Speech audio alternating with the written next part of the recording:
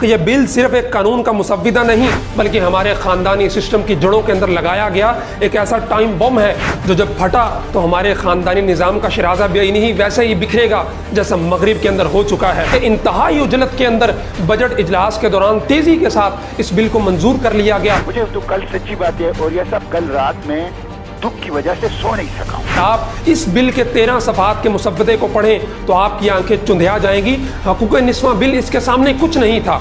अगर वो अपनी बेटी को मना करता है कि गैर मर्दों के साथ न उठो बैठो, बेटे को मना करता है कि फला लड़का अच्छा नहीं है, नशे का आदी है, उसके साथ न बैठो, तो बेटी और बेटा दोनों अपने बाप को अदालत में घसीट सकते हैं और अदालत इस बाप को हुक्म करेगी कि तुम अपने ही बनाए गए घर में नहीं जा सकते बल्कि तुम्हें शेल्टर होम में रहना पड़ेगा। और उस बाप के हाथ के अंदर GPS ट्रैकिंग वो कड़ा डाला जाएगा कि वो बाप अपने ही बच्चों के नज़दीक न जा सके। इस बिल के खिलाफ जहां हो सके जैसे हो सके आवाज़ उठाने की कोशिश कीजिए, वरना फिर हमारा मुआशरा और मगरिब के मुआशरे में ज़्यादा फ़र्क नहीं रहे। अस्सलाम वालेकुम नाज़रीन, मौजूदा दौरे हुकूमत में तकरीबन 3 साल के अरसे में अपोजिशन और हुकूमत के माबैन बिल्ली चूहे का खेल जारी है। हुकूमत या अपोजिशन की जानिब से जब भी कोई बिल कौमी असम्बली या सेनेट में पेश किया जाता है तो दोनों जमातें उसकी भरपूर मुखालफत करती हैं और पॉइंट स्कोरिंग के लिए टीवी टॉक शोज़ में कौमी असम्बली और सेनेट में और हर जगह पे उसके खिलाफ आवाज़ उठाई जाती है। लेकिन जो ही कोई ऐसा बिल कौमी असम्बली या सेनेट में पेश किया जाता है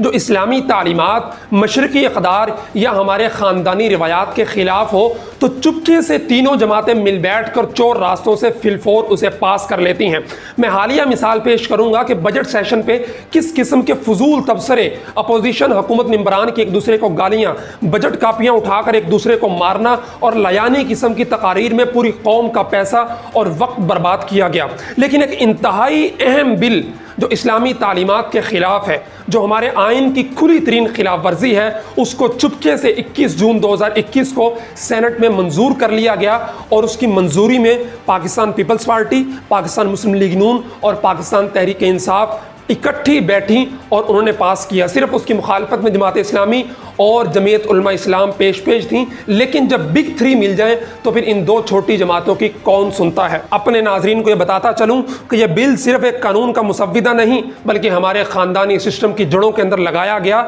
एक ऐसा टाइम बम है जो जब फटा तो हमारे ख़ानदानी निज़ाम का शराजा बेईनी ही वैसे ही बिखरेगा जैसा मगरिब के अंदर हो चुका है। इस बिल का नाम domestic violence and protection bill है। लेकिन प्रोटेक्शन किसको किससे चाहिए? एक बेटे को अपने ही बाप से, एक बेटी को अपने ही बाप से और एक बीवी को अपने ही खामन से। ये हमारे माशरे को किस सिमत धकेलने की कोशिश की जा रही है कि मगरिब में अब तक ये होता है कि बेटा अपने ही बाप के खिलाफ अदालत में जाके केस करता है, एक बेटी अपने ही बाप को अदालत में घसीट कर कहती है कि मेरा बाप मुझे मेरे फलां बॉयफ्रेंड से मिलने से मना करता है, यानी मेरी प्राइवेसी को थ्रेट करता है। और अब यही कुछ पाकिस्तान के अंदर इस बिल के जरिए लागू करने की कोशिश की जा रही है कि एक बेटा अदालत में जाके कह सकता है कि मेरे बाप ने मुझे फलां दोस्त के साथ बैठने से मना करके मेरी आज़ादी को सल्ब किया है, मेरे बाप को इससे रोका जाए। बाप जो अपने बच्चों का नफ़ा नुकसान समझता है, उसके सीने के अंदर अल्लाह ने उनकी खैर खाही कूट कूट के भरी होती है। अगर वो अपनी बेटी को मना करता है कि गैर मर्दों के साथ न उठो बैठो,